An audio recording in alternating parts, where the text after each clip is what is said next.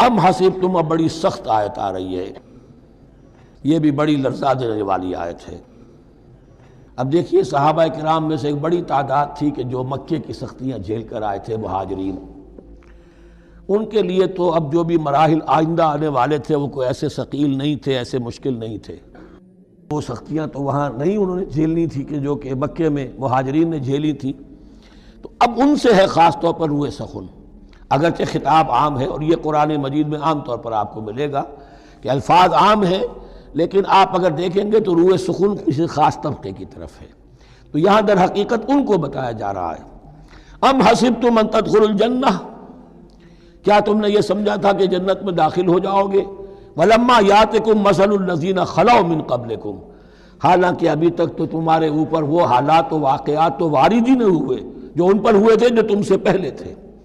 مستہم الباساء، انہیں آ لیا، پہنچی ان کو سختی بھوک کی، والضراء، اور تکالیف، وزلزلوا، اور وہ ہلا مارے گئے، حتیٰ یقول الرسول والذین آمنوا معہ متی نصر اللہ، یہاں تک کہ پکار اٹھا وقت کا رسول اور جو ان کے ساتھ اہل ایمان تھے، کب آئے گی اللہ کی مدد؟ الا ان نصر اللہ قریب، تب انہیں یہ خوشخبری دی گئی کہ آگاہ ہو جاؤ، اللہ کی مدد قریب ہے۔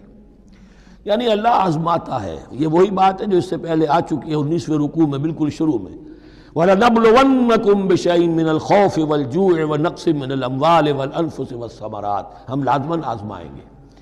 یہ کوئی پھولوں بھرا راستہ نہیں ہے، پھولوں کی سیج نہیں ہے، حق کا راستہ ہے، یہ کانٹوں بھرا بستر ہے، کانٹوں بھرا راستہ ہے، اس کے لیے ذہناً تیار ہو جاؤ۔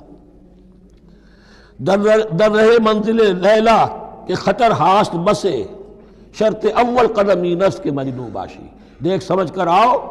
ام حسبتم ان تدخلوا الجنة ولما یاتکم مثل الذین خلوا من قبلکم مستهم الباساء والضراء وزلزلوا حتى يقول الرسول والذین آمنوا معه متی نصر اللہ الا ان نصر اللہ قریب۔ یہ آیت پھر مسلمانوں کو، صحابہ کرام کو سورہ صف میں یہ خوشخبری سنائی گئی، جبکہ غزوہ احزاب واقع ہو چکا تھا اور شدید ترین امتحان سے محمد الرسول اللہ اور ان کے صحابہ گزر چکے تھے کامیابی کے ساتھ، تب انہیں خوشخبری دی گئی ہے۔ سورہ صف اس وقت نازل ہوئی ہے، وَأُخْرَىٰ تُحِبُّونَهَا نَصْرٌ مِّنَ اللَّهِ وَفَتْحٌ قَرِیب، اب تمہارے لیے وہ خوشخبری ہے، اے نبی بشر المومنین، اپنے اہل ایمان ساتھیوں کو بشارت دے دیجئے کہ اب وہ وقت آ گیا ہے کہ اللہ کی نصرت کے دروازے کھلتے چلے جائیں گے۔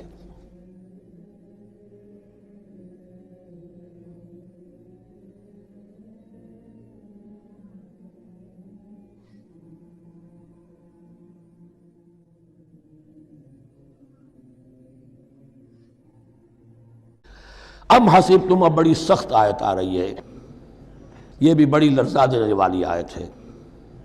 اب دیکھیے صحابہ کرام میں سے ایک بڑی تعداد تھی کہ جو مکے کی سختیاں جھیل کر آئے تھے، مہاجرین، ان کے لیے تو اب جو بھی مراحل آئندہ آنے والے تھے وہ کوئی ایسے ثقیل نہیں تھے، ایسے مشکل نہیں تھے۔